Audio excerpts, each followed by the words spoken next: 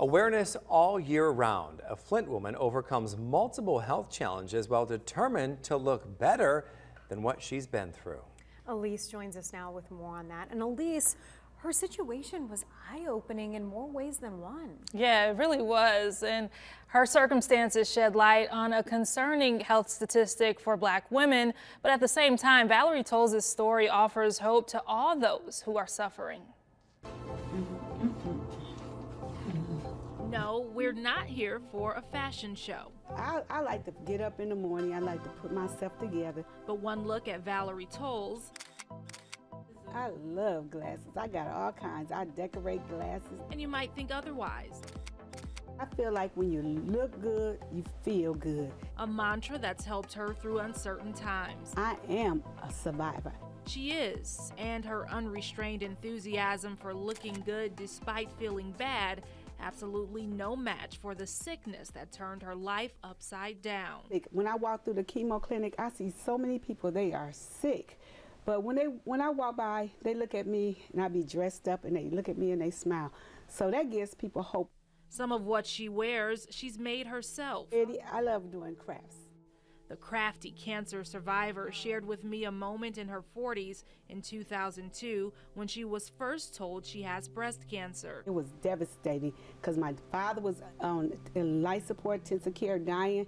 Then the doctor telling me I got cancer. Sometimes, you know, cancer is a scary word because you don't know if you're going to live or you don't know if you're going to die.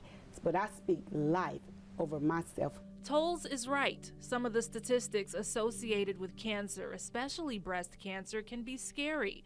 Breast cancer is the leading cause of cancer-related deaths for women worldwide. Most of the breast cancer diagnoses these days come from screening mammogram. Dr. Ormasan Adekolujo is a medical oncologist at Carmano's Cancer Institute at McLaren Flint. He says breast cancer occurs more in white women, but is deadlier for Black women. Among Black women, breast cancer has a staggering 40% mortality rate. I asked him why this disparity exists. He says it starts with a lack of early detection and also involves more aggressive subtypes of the disease that Black women are twice as likely to be diagnosed with.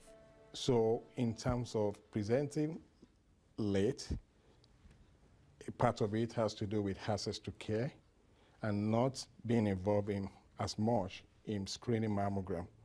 And a part also has to do with the biology of the disease. Tolles says she was stage 2 when she received her diagnosis. She had a partial mastectomy, and later doctors found another tumor in her breast for which she had 6 months of chemo.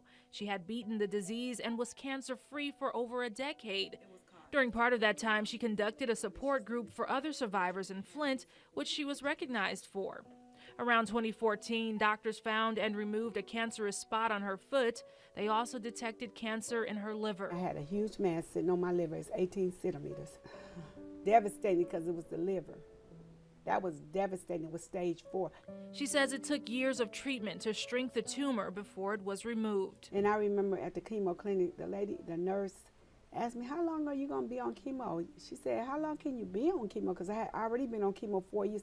It took 4 years to shrink the tumor. They covered 60% of my liver. But after that, the cancer came back in the liver, this time between a blood vessel and bile duct. At this time, Tolles had moved to Georgia, where doctors were uncertain about how to treat her. Doctors down there, they just know what to do. We have the best doctors in Michigan, I could say that. Michigan has good doctors. She did eventually receive Y90 treatment there, a specialized procedure for patients with liver cancer.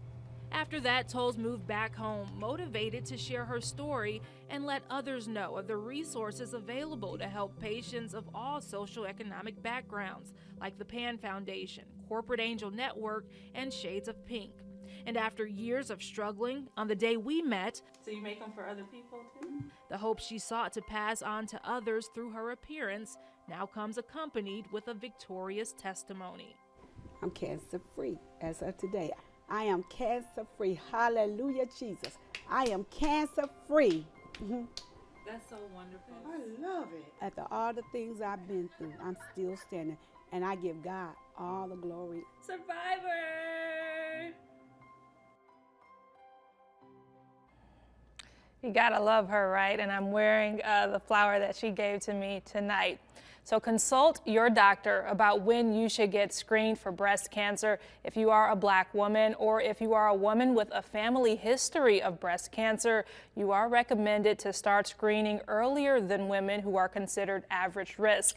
And to learn more about the organizations that helped Valerie Tolles, just visit this story on WNEM.com.